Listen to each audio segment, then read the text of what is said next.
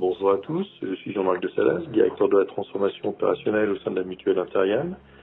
Bienvenue à ce retour d'expérience ITSM et un retour d'expérience surtout sur l'implémentation positive, réussie de Fresh Service au sein de notre mutuelle. Donc pour vous raconter un petit peu l'histoire, nous on est une structure, alors je travaille dans une mutuelle, un monde merveilleux. J'ai découvert le monde de la mutuelle en rentrant chez Impérial. Donc les mutuelles, c'est un monde assez fascinant, parce qu'il y a plein de mutuelles en France, en fait, des toutes petites et très grosses. On connaît les très grosses, mais mutuelles, Impérial, c'est une mutuelle de taille intermédiaire. Ça fait, il y a en gros 500 personnes cumulées, si on compte les externes, sur 3 sites en France. Et c'est une mutuelle du service public, donc c'est assez particulier, c'est service public, donc on assure des fonctionnaires. Et chez les fonctionnaires, en plus, on assure des gens particuliers, c'est-à-dire que c'est plutôt des gens qui sont au ministère de l'Intérieur, au ministère de la Justice, donc en gros des flics. Et aussi la collectivité territoriale. C'est pour ça que l'Intérieur, il y a Intérieur, et AL, c'est collectivité territoriale. Et c'est une vieille dame, parce que ça fait 150 ans qu'elle a été créée, alors pas exactement Intérieur, mais la première mutuelle qui a fusionné pour arriver pour faire Intérieur. J'ai entendu qu'il y avait quelqu'un de Reliance dans la salle, donc il y a au moins une personne qui comprend de quoi je parle, mais parce qu'on travaille aussi directement ensemble, parce qu'on est partenaire avec Reliance. Donc voilà, quelques chiffres, mais je pense que l'important pour vous, voilà, 735 collaborateurs, et mutuelle, c'est comme un assureur. En fait, il y a toute la complexité d'un SI d'assureur, mais en n'ayant pas beaucoup de personnes. Donc en fait, le budget du petit, mais avec les honneurs du gros. Avec de la présence terrain, parce qu'on est présent auprès des commissariats, etc. Il y a de l'agence, donc il y a des sujets de station, des sujets de telco, des sujets d'ouverture-fermeture de station. On a 3 sites principaux, parce qu'une mutuelle ne meurt jamais, donc quand on absorbe une mutuelle, chaque reste vivant. Donc on a Toulouse, on a Nîmes, on a un siège à Paris. Donc tout d'un grand, toute la complexité d'un point de vue IT, mais avec 435 personnes et des moyens de 435 personnes. La DSI, ça fait à peu près 55 personnes, interne-externe. Un volant d'externe assez important sur la partie dev, assez classique. Et un support interne. Le centre de gravité de la DSI, c'est des Lillois, mais très loin de chez vous. Un peu plus frais, un peu plus de frites. Et beaucoup de GIA. Moi, je suis arrivé, pour vous donner un peu le bagou, je suis arrivé il y a 3 ans chez Impérial. Avant, j'ai fait des grands groupes comme à Europcar, c'est là où j'ai fait un peu mes premiers sujets ITSM avec un truc qui s'appelait ServiceNow, on n'a pas trop le droit d'en parler, en off, on peut en parler. À l'époque, des sujets avec Cirizeo qui était Google Mail à l'époque. Et donc j'étais directeur de la prod et de l'infra chez Europcar, donc des gros trucs, et après j'ai vu la fonction de DSI. Et en arrivant chez Impérial, en fait, il y avait des gros enjeux sur cette mutuelle, parce qu'ils changent de modèle de business. L'agent aujourd'hui du service public, il n'a pas de mutuelle comme vous. L'employeur s'en fout, il se démerde en fait. L'agent va chercher sa propre mutuelle comme un indépendant, vous devez connaître, hein, et donc on est dans un modèle de ce qu'on appelle individuel sur la fonction publique aujourd'hui. Et l'État a décidé en 2017 de partir sur des grands contrats collectifs à adhésion obligatoire, comme vous le connaissez dans vos entreprises, avec une prise en charge par l'État. Donc ça paraît simple, mais pour ces gens-là qui travaillent depuis 100 ans de la même façon, c'est quand même une transformation DSI, des process, des compétences, et puis du jour au lendemain, si je perds l'appel d'offres du ministère de l'Intérieur, je perds 40% de mon portefeuille. Je vais avoir un sujet de transformation, mais un peu différent de si je le gagne et j'aurai toute la force. Quand je suis arrivé, c'était vraiment comment on organise tout ce merdier. C'est évidemment, j'arrive, l'outil, c'est de sa faute, donc ça n'a pas marché. Il faut changer l'outil, c'est ce qui est mon premier sujet, donc c'est un petit peu simple. Et c'était d'organiser un petit peu ça. Et quand j'arrive, effectivement, je découvre, voilà, c'est une belle PME, quoi. Je découvre la vie de la PME et du service informatique de la PME. J'ai fait dans pas mal de fois dans ma vie. Donc un truc très on-premise. Une informatique qui subit beaucoup, parce qu'il y a un métier en silo qui a de la voix, donc tu fais comme ça, tu fais comme si, une agrégation, ce que j'appelle le SI patchwork, plein de solutions qui se rapprochent entre elles, qui font l'urgence. Et puis un support informatique très aux petits oignons avec chaque individu, mais qui court après tout le monde, et pas vraiment de process, pas vraiment d'organisation, on va dire, industrielle, donc qui souffre un peu. C'est le côté super-héros. Donc c'est super valorisant, super-héros, parce qu'on sauve tout le monde tous les jours. Et comme il y a 52 week-ends dans l'année, quand même, au bout d'un certain moment, on se fatigue. Donc les gens sourire, je pense que je ne sais pas comment c'est chez vous. Alors dans les grands groupes, c'est un peu différent. Quand j'étais chez Impérial, on avait 7 pays, il y avait 30 personnes. Bon, c'était quand même la crise. Donc, ayant vécu aussi la vie de l'infra, même si maintenant je vais plus faire des sujets orga, j'ai un peu ce côté un peu dual, de savoir aussi bien ce qui se passe sur le terrain et comprendre au quotidien ce qui peut se passer. Donc là, c'est un peu ce que je vous ai dit. Donc, on avait une solution qui s'appelait Matrix 42. Et là, c'était un peu aussi le syndrome du super-héros. C'est-à-dire, ouais, on a vu une solution, ça fait tout, c'est génial, on l'a acheté. Bon, puis après, on s'est dit comment on allait l'implémenter. À un moment, je crois même que je t'ai appelé à l'aide. Je ne suis pas sûr qu'on s'en soit sorti, parce que finalement, on l'a jeté. Donc, je ne pense pas que ça soit un problème de solution, mais ce n'était clairement pas la solution adaptée pour une taille d'informatique comme nous. On n'a pas réussi à la faire marcher. Alors, le poste de travail, j'en parle même pas, parce qu'aujourd'hui, quand je suis arrivé, le gros sujet, c'était les vrais projets, c'était le back-office assurance, c'était les machins comme ça. Dans beaucoup d'endroits, le poste de travail, c'est jamais vu comme étant un truc stratégique, ce qui est totalement à l'envers de ma conviction. Je pense que le premier truc, quand on arrive dans une entreprise, et moi, ce que j'explique quand j'arrive dans un COMEX, le premier truc dont on me parle, c'est combien de temps a démarré ma machine quand je me suis réveillé et que ça a pris 3 trucs et des machins. Et dans toutes les boîtes, le DSI, il est confronté à ça. Il y a quelques DSI. De toute façon, à la fin, on revient au concret. Et les DSI qui sont virés sur des projets, il n'y en a pas beaucoup. En revanche, sur des pannes, j'en ai vu beaucoup se faire virer. Donc, c'est quand même. Voilà. Donc, on revient un peu aux fondamentaux.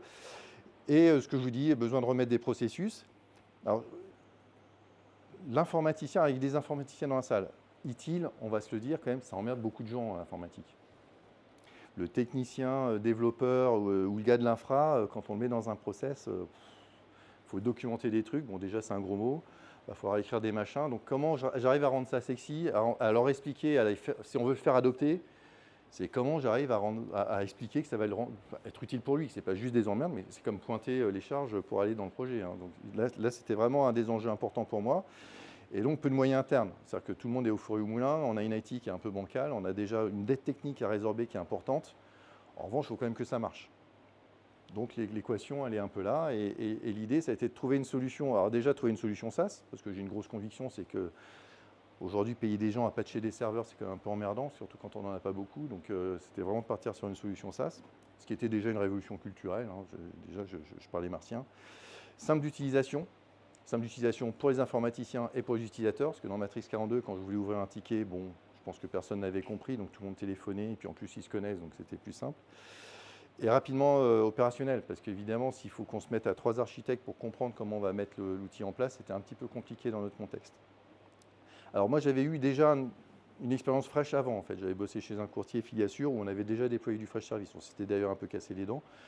Et donc, j'avais déjà une idée derrière la tête. Mais moi, j'ai donné le cahier des charges, parce que l'idée de l'adhésion aussi, c'est qu'eux-mêmes prennent le sujet en main et aillent dans un outil sur lequel ils se sentent à l'aise.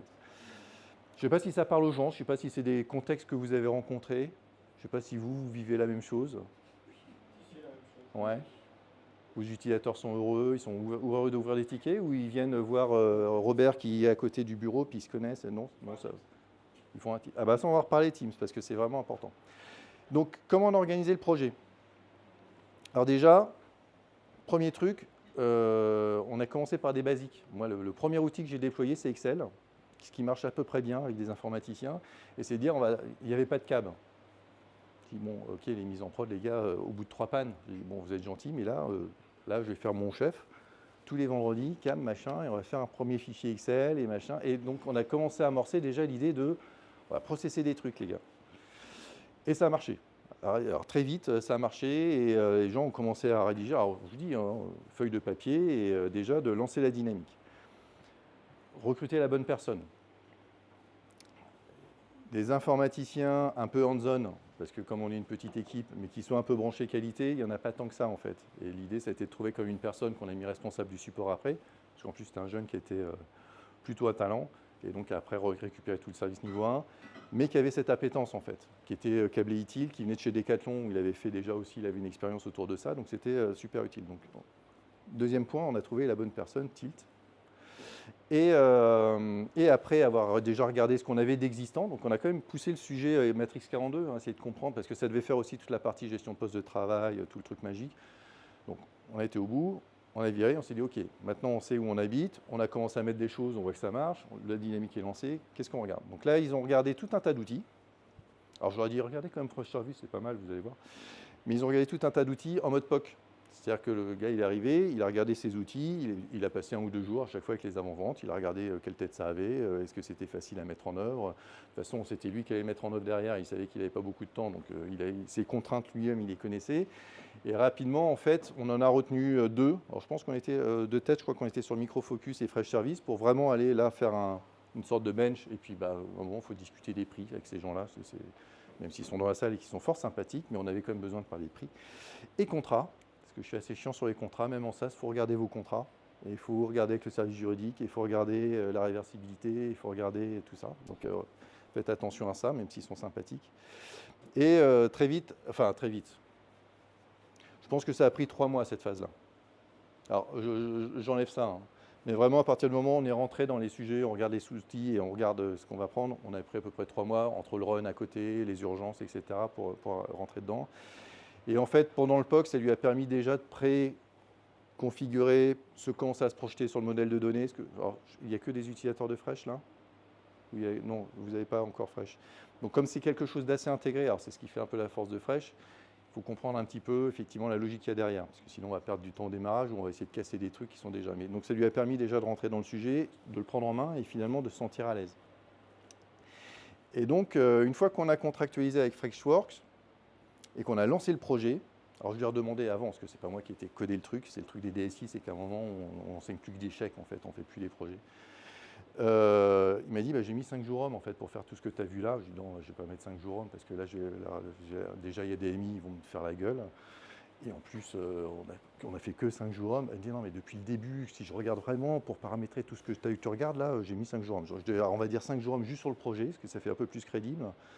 Et après, on va voir. Mais en gros, comme il avait pris en main l'outil et que l'outil, une fois qu'on est dedans, il faut avoir un profil un peu tech au sens, je sais paramétrer un outil, je sais me projeter sur mes process et je vois tout de suite que quand je configure la partie service, j'ai le lien qui va jouer là. Et donc, très vite, en fait, il s'est approprié l'outil, il a pu le paramétrer. Donc, en 5 jours, la partie incident et la partie câble, on a commencé par ça, hein, avec le paramétrage un peu général, ça tournait. Et donc, on a pu appuyer sur le bouton. On n'a pas changé la partie portail utilisateur qui est déjà assez bien fichue, en fait, où j'ai un problème, j'ai besoin d'un service, et tac, on a déployé. Alors comme on avait un truc qui ne marchait pas trop, c'était assez simple, hein, les utilisateurs ils s'y sont mis dedans assez rapidement. Et on a tout de suite interfacé avec la partie Office 365 pour que justement le canal Teams soit actif, parce qu'on voulait absolument, effectivement, rapidement pouvoir aussi interagir avec Teams avec les utilisateurs. Et notre outil d'inventaire, ça arrivait après, donc ça, c'était pas au début. Et la partie aussi calendar des agents, pour pouvoir à des moments commencer à réfléchir, parce qu'il y a un sujet qui s'appelle Task, et donc pouvoir affecter des tâches directement à des agents qui soient dans leur calendrier. Donc on a commencé vraiment sur câble et incident très rapidement, et on est parti voilà, au fur et à mesure, et après on a enrichi. J'aime bien l'attaque, parce que là ça paraît simple comme ça, mais... Vous avez des retours d'expérience, vous, sur vos implémentations? Alors, il y a des gens qui ont implémenté vraiment Fresh, là, aujourd'hui, ou pas? Bon, pareil, on est parti en mode apprentissage. Ça a pris combien de temps chez vous pour... Avant le Covid, ça nous a bien servi. Et puis, on essaye d'itérer. Oui, c'est ça.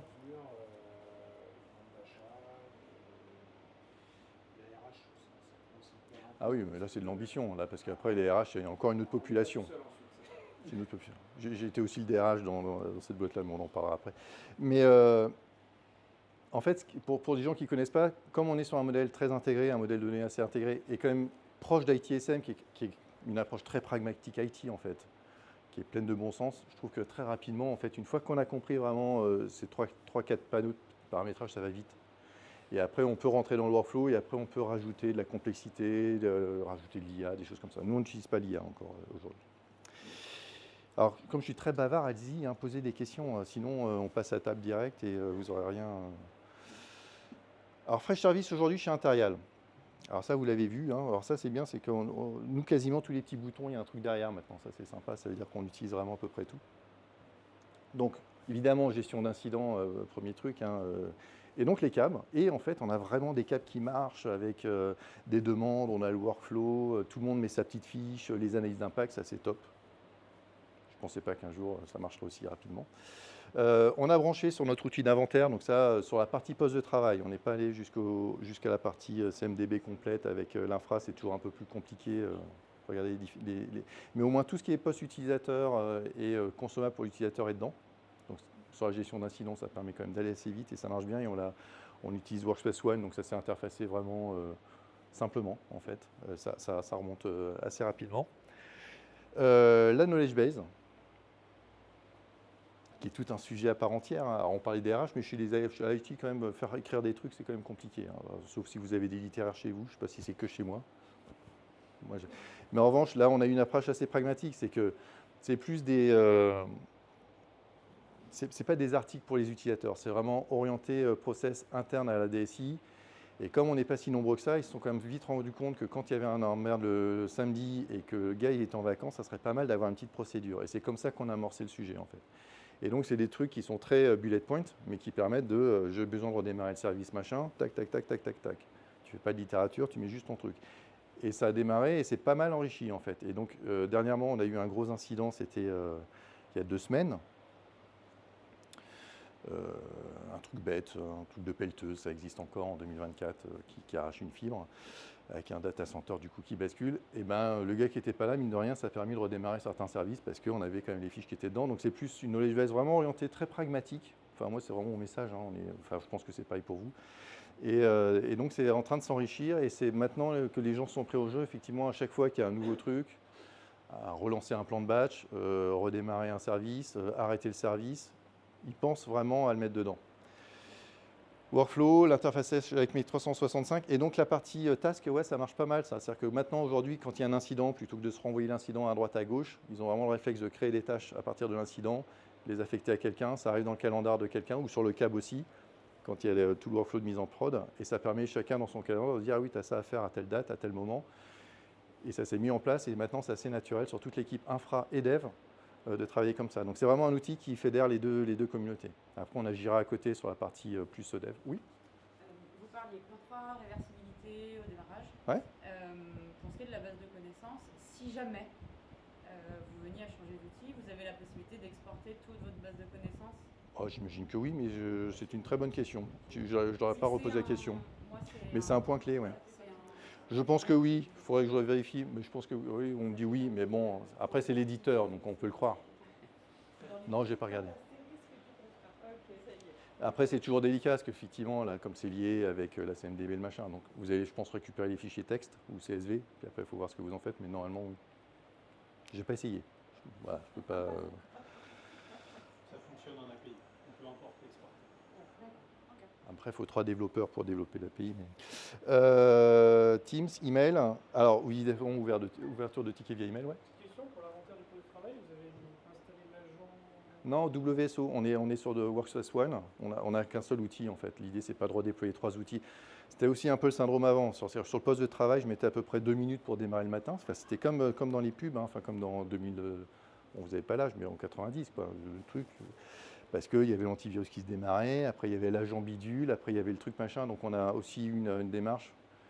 Workspace ONE, c'est le poste de travail, basta, et on s'interface au Workspace ONE, donc les outils travaillent entre eux. Et là, pour le coup, l'interface, elle s'est faite... Enfin, il n'y a pas eu de sujet. Voilà, vraiment, c'est téléchargé, j'appuie sur le bouton et ça a marché, quoi. Après, effectivement, c'est des grands outils du marché, donc il n'y a pas non plus de grosses surprises là-dessus. CMDB, donc, donc ce sur quoi on travaille. Donc ils m'ont montré effectivement là ce petit tableau de bord où je vois mes services tout en vert et puis quand j'ouvre un incident, un machin, ça passe en rouge. Alors j'ai pas parlé du problème management. Si, il y a le parti problème management aussi qui est en train. Quand je dis déployer, c'est que vraiment, c'est pas déployer techniquement, hein, vous l'avez compris, c'est vraiment être utilisé par l'équipe IT. Et donc maintenant, il y a vraiment, là c'est la prochaine étape, c'est qu'on leur apprend maintenant et on martèle plusieurs incidents, problème management, tac, et on commence à alimenter derrière de l'AKB. Donc ça, c'est vraiment le sujet en cours. Et le sujet en parallèle, là, qui est plus mécanique, c'est on a notre supervision, on a tout notre outillage là-dessus, mais c'est vrai que pour donner de la visibilité en mode service, c'est plutôt pas mal ce qu'ils m'ont montré, où j'ai mes lignes de service, j'ai mes 24 heures, hein, ça se fait comme un Gantt en fait, et quand j'ai mes incidents ou mes problèmes, paf, ça bascule en rouge et ça permet d'avoir très vite un moyen de communication assez simple vers une direction générale ou vers un COMEX, ou même en interne en fait sur les plateaux IT pour dire ah, le service bidule il est arrêté. Bon, puis après on regarde le panneau de supervision pour aller dedans. Donc ça c'est le sujet qu'on est en train de regarder. et après d'enrichir ce qu'on a déjà. Gestion des services, donc c'est ce que je dis là. Et la gestion des contrats et des licences, ça on ne l'a pas encore activé. J'ai regardé, parce que je fais un peu admin dedans encore, et j'ai vu qu'il y avait quelques contrats, donc bon, je pense qu'on est au début. Les contrats, il y a déjà eu un gros boulot, déjà juste comprendre combien on avait de contrats, à quel moment c'était renouvelé, donc il y a des, pourquoi on me faisait signer des bons de commande. Donc il y a quand même un travail, c'est pas de la magie d'outils, encore une fois, ça, il faut d'abord faire le boulot, mais après, on commence à regarder pour effectivement pouvoir rentrer dedans, et puis automatiquement avoir les rappels, etc. La partie gestion de projet, elle est un petit peu utilisée, parce qu'il y a aussi un petit module gestion de projet, mais vraiment pour les projets, eux se le sont appropriés en interne, en fait, pour faire certains projets IT entre eux, sinon on est vraiment dans Jira pour toute la partie gestion de projet. Et sans interface entre les deux. Bon, alors celui-là, il vous l'a montré mieux que moi, donc je ne vais pas revenir dessus. Qu'est-ce que je mets après? Donc, ah oui, là, c'est mon truc, parce que l'ITSM, je vous dis, l'histoire d'amour, furieusement, ils aiment tous l'ITSM. Mais bon, globalement, c'était une solution qui a été rapidement opérationnelle. Et les gens, nos informaticiens, mais ma population préférée, s'en est emparée. Donc, ils sont vraiment maintenant tous les jours dans Fresh Service. Ce n'est pas un sujet. Il y a eu une courbe d'apprentissage et un taux d'adoption rapide. Sur les utilisateurs, après, c'est encore une autre histoire. Parce que la gestion du changement chez l'utilisateur, c'est changer des réflexes. Bon, je connais Robert quand même, il est juste à côté de mon bureau. Fait chier, là, je prends mon ticket, puis après, il faut que j'aille le voir. Donc, de toute façon, je vais le voir. Bon, bah, c'est classique. C'est-à-dire qu'eux vont rentrer le ticket, l'utilisateur qui vient les voir, parce qu'on est quand même un service utilisateur, on est là pour rendre service de toute façon. Donc, moi, dans le principe, c'est que jamais j'incite, mais je n'oblige pas. C'est-à-dire que je ne vais pas interdire à mes utilisateurs d'aller voir quelqu'un parce qu'ils ont un incident. Enfin, la même chose que quand vous appelez votre mutuelle, vous n'avez pas envie qu'il vous balade pendant 3 heures avant que quelqu'un vous réponde au téléphone. Donc on déploie la même chose. Donc on incite fortement à ouvrir en ligne. On essaye de rendre ça le plus simple possible. Voilà. Mais côté informaticien, en revanche, le taux d'adoption, ça s'est fait immédiatement. Alors, je ne sais pas si vous en avez parlé de ça, mais ça, c'est quand même un truc super important. Il y a une communauté qui est accessible, en fait, via votre portail, autour de Fresh Service. Quand vous avez une question, allez-y, posez des questions, parce qu'il y a des réponses tout de suite. Hein. Et elle est assez active, c'est dynamique. Les gens, il y a vraiment un côté entraide. Alors après, c'est en anglais. Donc, bon, je pense qu'il y a un certain nombre qui sont à l'aise en anglais, d'autres non. Nous, c'était le cas. Et franchement, il y a plein de réponses quand vous posez des questions. Et donc ça, pour moi, c'est toujours un plus, parce que ça permet aussi d'échanger sur des expériences, des mauvaises expériences. Tu veux rajouter quelque chose ? J'en profite parce qu'on est en train de créer cette communauté sur Paris d'abord. Et je pense que par exemple sur Lyon, c'est quelque chose qui pourrait être envisageable. Et effectivement, nos clients qui parlent autour des îles de France commencent déjà à nous dire qu'ils se retrouvent entre eux. Je pense que c'est ce qu'on fait aujourd'hui, l'échange de pratiques, puis généralement on aime bien surtout échanger ce qui marche mal, parce que c'est quand même là où on apprend plus de trucs. Quelle que soit la solution, ça me semble important dans nos métiers en fait, d'informaticien. Il y a un club utilisateur Fresh en France? Il y en a un qui s'appelle Refresh, c'est un club utilisateur global. C'est mondial, en fait, via un portail, mais finalement c'est un club utilisateur. Et le 24 septembre, un truc franco-français c'est ce qu'ils sont en train de créer en fait. Il y a les forums c'est des forums en ligne en fait. Oui, mais qui sont, parce que tout le monde a dû. En fait, ce que je dis, c'est qu'en fait, des forums en ligne, voilà, chaque éditeur va dire les forums en ligne, il y en a. Voilà, on est un peu, je pense qu'on est à peu près la même génération, on voit à peu près de quoi on parle. Là, franchement, quand ils l'ont utilisé, il y a un côté déjà peer-to-peer, plutôt bien fichu et qui marche bien. C'est un peu un équivalent sur notre boîte. Bon, ils font du CRM où ils n'écoutent pas, mais qui s'appelle Salesforce, où ils ont toute une partie aussi, et trainings et communauté, qui est quand même aussi assez bien fichue. Donc, c'est les deux éditeurs où aujourd'hui j'ai vu que ça marchait bien. Il y a des équipes Fresh en derrière aussi sur la communauté. Ouais. Il y a des personnes dédiées à ça aussi. Et ça marche bien. Il y a le support qui est accessible toujours à travers la solution et qui répond à des comment je fais, pas que de l'incident. Et ce que j'ai noté, et ça c'est aussi important, et ce qu'on en parlait, non, c'était avec Quentin qu'on en parlait, c'est vrai que moi quand j'ai fait une implémentation, la première c'était en 2020-21, là il n'y avait que des équipes à Berlin, des Indiens au téléphone, et là j'étais dans une structure encore plus petite, j'avais 15-20 informaticiens, c'était un peu compliqué quand on n'a jamais fait, c'est une philosophie un petit peu différente, parce que comme c'est un peu préconfiguré, que c'est du paramétrage, on a un petit peu plus galéré. Là, le fait maintenant d'avoir des équipes en France, Et puis vous avez quand même pas mal professionnalisé la démarche, parce que moi ce que je leur disais, on commence par quoi? On commence par l'accident, on commence par le machin, je paramètre. On était un peu tout seul. Et là franchement, ça s'est passé, je vous dis, vraiment bien. Donc ça marche pas mal. Bon, puis les trucs classiques, enfin moi j'y crois beaucoup, hein. On parle toujours de lean startup, de machin, en fait il faut commencer simple, puis ce qu'on se disait tous les deux, hein, y aller progressivement. C'est un outil qui se prend en main assez facilement, même pour des non-techniciens. Alors il faut avoir une petite impétence quand même et comprendre comment faire des liens, comprendre ce qu'il y a un petit peu derrière, mais ça se fait assez simplement. Puis trouver la bonne personne, quoi, parce qu'il faut qu'il le vende en interne, il faut qu'il ait le mindset ITSM, ITIL plus un peu outil. Et puis, si vous arrivez en plus à embaucher des filles, faites-le, hein, parce que c'est quand même des sujets dans l'IT aujourd'hui. Donc, on en a au moins 2 aujourd'hui, donc c'est quand même un gros succès. Je ne sais pas si ça amène des commentaires, des questions, des interrogations, des étonnements. Oui, excusez-moi. Ah, c'est bien. C'est pour ça qu'on vous a invité. Merci. Compte tenu que vous êtes une grosse DSI, que vous avez quand même pas mal de clients internes au sein de la mutuelle, quels étaient finalement avant et après les moyens pour joindre les gens qui s'occupaient du support? Alors, avant, c'était beaucoup les pieds et le téléphone. Et réellement. Alors, en plus, moi, je suis au siège où on a une population en tant que mutuelle qui sont les élus, parce que vous savez que les mutuelles, avec le président et tout, donc on a une population très particulière. Et donc, il y avait beaucoup les pieds, hein, et puis beaucoup les secrétaires qui appelaient, etc. Donc, mais il y avait très peu. Alors, déjà, le téléphone, beaucoup moins, et encore beaucoup. Franchement, la partie, on va dire, portail, on va dire que ça n'existait pas, même s'il y avait un pseudo-truc. Maintenant, il y a vraiment le portail. Et non. Portail, pied, téléphone, on reste multicanal. Enfin, ce que je disais tout à l'heure, c'est difficile de dire aux gens. Je sais qu'il y a des DSI, je sais qu'il y a des gens qui le font, nous on ne l'a pas fait. Après, c'est un parti pris. Voilà. On incite, comme je disais, à dire basculer sur le. Ça marche bien, regardez maintenant, faites votre. Hier, pas plus tard qu'hier, voilà, ma petite vie de tous les jours, le vie ma vie. J'ai mon directeur financier préféré, Pierre, pour ne pas le nommer, qui me dit. Qui envoie un mail à la terre entière, donc à moi aux services généraux, parce qu'évidemment, moi, je gère l'arrivée des gens dans l'entreprise, c'est bien connu, qui me dit, voilà, j'ai 2 consultantes qui sont là, est-ce qu'on peut avoir les postes de travail, c'est pour quand, qui s'en occupe? Je dis, bon, ça fait juste 6 mois que tu es là, déjà tu peux demander ton assistance, etc. Donc je dis, pas de problème Pierre, tu sais, il y a un portail, regarde, tu vas là, tu cliques là, et donc je l'ai fait avec lui. Donc voilà, donc au fur et à mesure, on accompagne les gens, mais ça reste.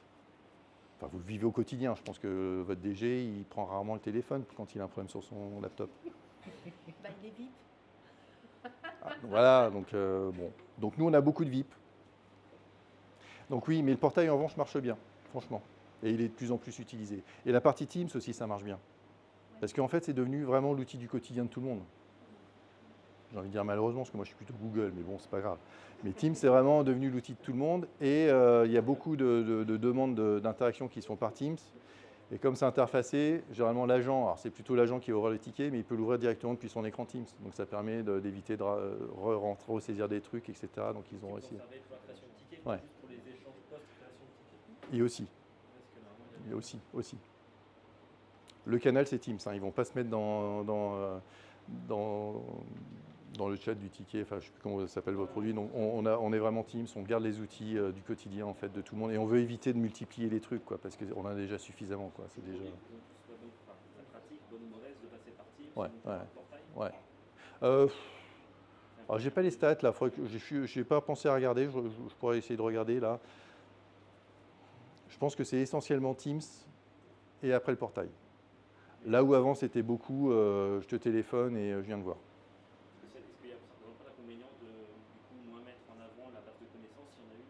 Il n'y a pas de base de connaissances.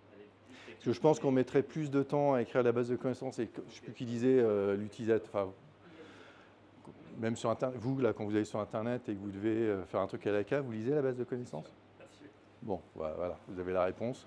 Donc soit vous passez plein de temps à faire une base de connaissances. Ah, encore une fois, bon, je suis un peu provocateur, mais nous demander à des gens de faire une base de connaissances que les utilisateurs ne vont pas lire, on s'est dit bon, passez pas. En revanche, le chatbot, ça peut être intéressant. Parce que ça, c'est pas mal passé dans les mœurs aussi du quotidien. Bon, il n'a pas le temps de répondre, mais j'ai quand même un truc qui me répond, puis peut-être que ça peut m'aider. Donc ça passe. Même pour nos clients, en fait. Ma nouvelle casquette, ça va être de s'occuper de l'IA, justement, pour la mutuelle. On sait que sur le comportement, maintenant, des gens, ils peuvent accepter de passer par là parce que ça peut être plus rapide. À un moment, il faut pouvoir décrocher et pouvoir passer sur de l'humain. Donc ça j'y crois bien. Il fait chaud, hein. Parce que je sens que la sieste arrive, là. Tout le monde fait oui, mais là, je sens que ça devient dur, là. Alors, il y a des gens qui n'ont rien demandé, donc ça doit être clair pour vous. Ah, Votre KB technique, ouais. j'ai du mal à voir la pertinence tellement. C'est de la gestion de la connaissance interne, vraiment. Ouais, mais justement, ça va tellement vite et ça bouge tous les mois sur la Bah. partie infra que moi, pour ma part, j'ai du mal à faire. Alors, à part sur la format tips, alors, on démarre un service. Bon, on est là-dessus, hein, on est à ce niveau-là. Vous êtes à ce niveau-là, ouais, ok. On ne va pas faire former des experts dans la base de connaissances. Ne serait-ce qu'un produit C'est de l'opérationnel. Un produit 365 qui bouge tous les mois. Oui, mais quand je dis KB, c'est la gestion de la connaissance et le mec, il est malade, qu'est-ce qu'on fait? Et ce qu'on fait, c'est que je ne vais pas lui demander de reconfigurer le serveur VMware Citrix version 12 avec la DFS version truc-muche. C'est dur, putain, c'est en panne, comment je fais pour redémarrer? C'est de la gestion d'incident qu'on fait, hein.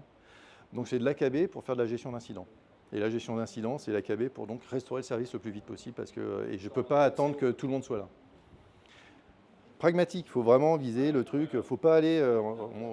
J'ai aucun informaticien qui a fait Polytechnique, moi non plus.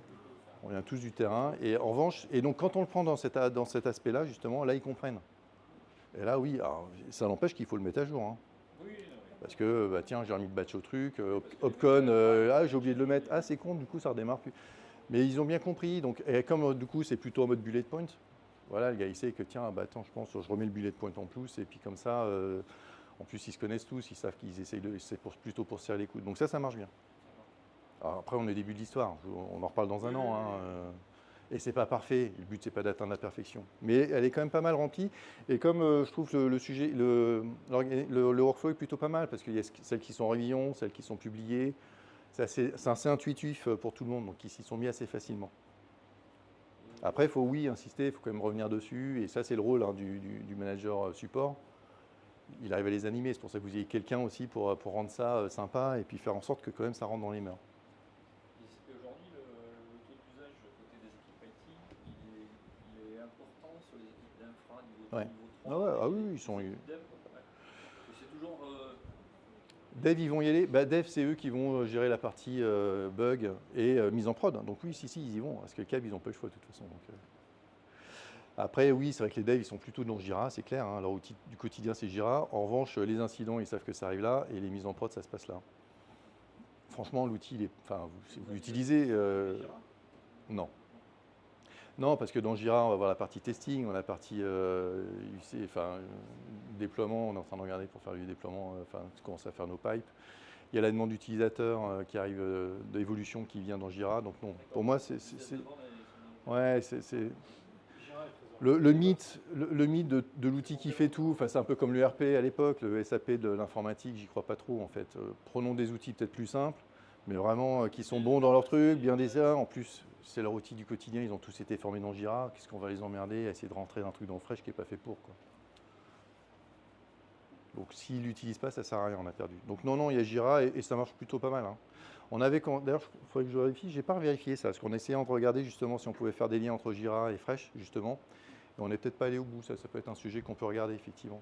Peut-être que j'ai un incident, et que l'incident, une fois que je sais que c'est un bug, que la demande d'évolution, je ne suis pas sûr qu'il l'ait fait ça. Elle passe dans Jira et qu'après on puisse, au moment du câble, repartir dans Fresh.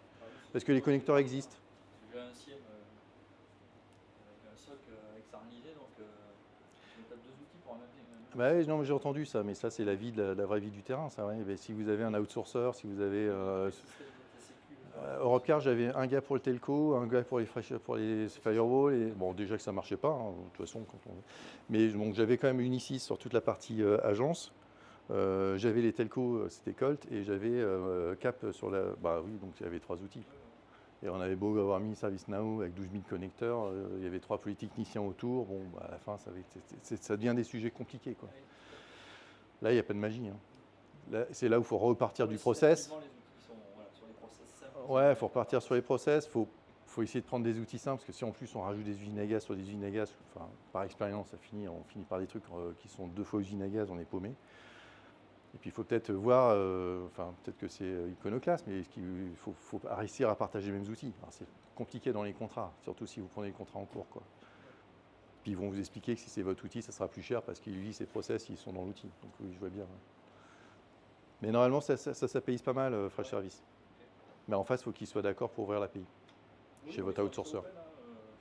Puis ça devient un standard, je sais pas, vous avez combien de clients maintenant Fresh 12, 13, 50 Ouais, en France. À peu près, c'est-à-dire 50 ou 100 ou... Oui, en France. Ah merde, j'ai posé une colle. Le plus gros, c'est il y a combien d'utilisateurs? Hein? Bon, voilà, donc c'est quand même une solution. Enfin, autant il y a 10 ans, on parlait de Fresh Service, bon, quoi il me parle? Autant maintenant, ils sont dans le paysage, quoi. Et le fait que ça soit ça évolue vite, il n'y a pas trop de maintenance. Ça veut dire, c'est du vrai SaaS multitenant, donc ils sont API centriques, hein, donc ça marche pas mal. Niveau compétences, il n'y a pas besoin d'aller chercher des gens trop compliqués, donc c'est important ça. Hein. ServiceNow, vous essayez de retrouver maintenant un spécialiste ServiceNow, vous avez déjà 850 ou 1000 euros de TJM hors taxe, et puis donc ça joue. Ah, oui, c'est pour ça qu'on invite les dames. Que vous avez des questions toujours. C'est bien. Du coup, on a dit adoption par les équipes IT. Oui, super. mais il y a quand même le sujet process. Hein. Oui. Donc il faut qu'ils aiment ITSM. Oui. Alors, donc en gros, il va falloir ayant discuté avec vous, c'est-à-dire qu'il va falloir que vous leur fassiez aimer ITSM et Ouais, dire, mais bah, va falloir rentrer dans un peu d'utile, les gars. Donc Ouais, mais ça va. ça Ok. va aller, ça. À coup de dictionnaire sur la tête, ça va. Ouais, de fouet même. La vue client. Ouais. La vue utilisateur, du coup. Bah, Comment la ça vue- se passe? Est-ce qu'ils ont été contents de Ouais, cette ils ont été solution? contents, mais après, Qu'est-ce ce que je vous dis, c'est que qu'ils en bah, ce qu'ils y trouvent, c'est que c'est un modèle un peu, alors, c'est un peu le ServiceNow de l'époque, mais simple. J'arrive sur un portail, j'ai 2-3 boutons, je clique, j'ai un incident et j'ai tout de suite mon formulaire. Alors après, c'est à vous de voir comment vous complexifiez ou pas le formulaire incident. Hein. Si vous le restez assez basique, c'est assez simple en fait. Et vos utilisateurs, ils vont l'utiliser s'ils se rendent compte que ça génère des choses qui vont permettre d'aller plus vite dans sa résolution d'incident en fait. Hein. Parce que vous avez beau mettre un truc qui est super chouette, qui clignote, si derrière il ne se passe rien, de toute façon, le taux d'adoption sera dégueulasse. Mais globalement, même de base, ça marche plutôt pas mal et c'est plutôt bien fichu, donc on n'a pas réinventé la poudre. Hein. En termes du UX, les informaticiens, ce n'est pas des grands pros, hein, et on n'est pas très branché marketing. Et puis les équipes marketing, elles avaient autre chose à faire. Donc non, on est parti sur le truc de base. Et non, le taux d'adoption était bon parce qu'encore une fois, c'est peut-être dans notre cas. On avait un truc qui ne marchait pas avant. Donc ça a été plutôt, ah ouais, c'est chouette. Et bon, j'ai un incident, je clique sur le bouton incident. Enfin, vous le voyez le portail comme il est? J'ai une demande de service. Alors, demande de service, si, moi j'ai un truc, c'est que j'appuie sur demande de service et là d'un seul coup, j'arrive, j'ai 50 000 trucs. Alors j'ai regardé, là, chez nous, il y a demande de VDI. Je suis utilisateur, demande de VDI, qu'est-ce que ça veut dire? Réfléchissez quand même sur la demande de service quand vous présentez les choses. Parce que les utilisateurs vont jamais... moi, pour me faire mon entrée-sortie la dernière fois, j'ai dit, mais je vais où là? Attends, t'es gentil, je fais quoi? Je fais une recherche pour faire... Non. Donc ils ont remis le bouton, donc il y a quand même un peu à réfléchir. Sur la partie incident, c'est straightforward, j'ai envie de dire. Sur la partie service, travaillez-le, parce que là, c'est à votre main. Et puis faites pas 57 catégories, parce que c'est pareil, cliquer 3 fois, c'est chiant pour l'utilisateur. Donc mettez les 10 services vraiment utiles. La demande de souris version 3, on s'en fout un peu en fait. Mais, donc oui, effectivement, c'est une bonne question, il y a quand même un peu de travail sur la partie de vente de service pour moi. Aujourd'hui, typiquement, chez nous, je ne suis pas pareil convaincu par ce qu'on a fait. Et je ne pense pas que ça soit tant utilisé que ça. Sauf par les esthètes et les professionnels de la demande de service. Vous avez parlé aussi de workflow. Oui. Ça veut dire que vous devez avoir probablement une demande qui va enchaîner sur une validation, peut-être. Ouais. Alors typiquement incident, bon, le truc classique, hein, j'arrive, comme c'est catégorisé, bah, ça arrive dans les bonnes équipes, et puis il y a les relances machin. Les demandes de service, notamment entrée-sortie, Ouais. qui est toujours un sujet sympathique. Oui. En plus, on est obligé de travailler avec des gens bizarres qui s'appellent les RH, voire les services généraux qui ne comprennent jamais rien. Donc oui, le workflow est là, ce qui permet de générer les incidents aux bonnes personnes. Donc ça veut dire qu'on peut embarquer quand même des gens qui viennent travailler sur le même outil que nous, à l'informatique. Et ça a été mis en place. Ça se fait. C'est pareil, la configuration des workflows elle est assez naturelle. Donc j'ai envie de dire, techniquement, vous ne serez pas bloqué. Après, c'est toujours la discussion du processus et des choses comme ça. Donc ça a été mis en place sur les entrées et les sorties. Qui est généralement le workflow un peu plus compliqué. Les demandes de service, c'est un peu plus simple. J'ai besoin d'un ordinateur, c'est un peu entre nous. Donc ça génère effectivement le ticket qui va bien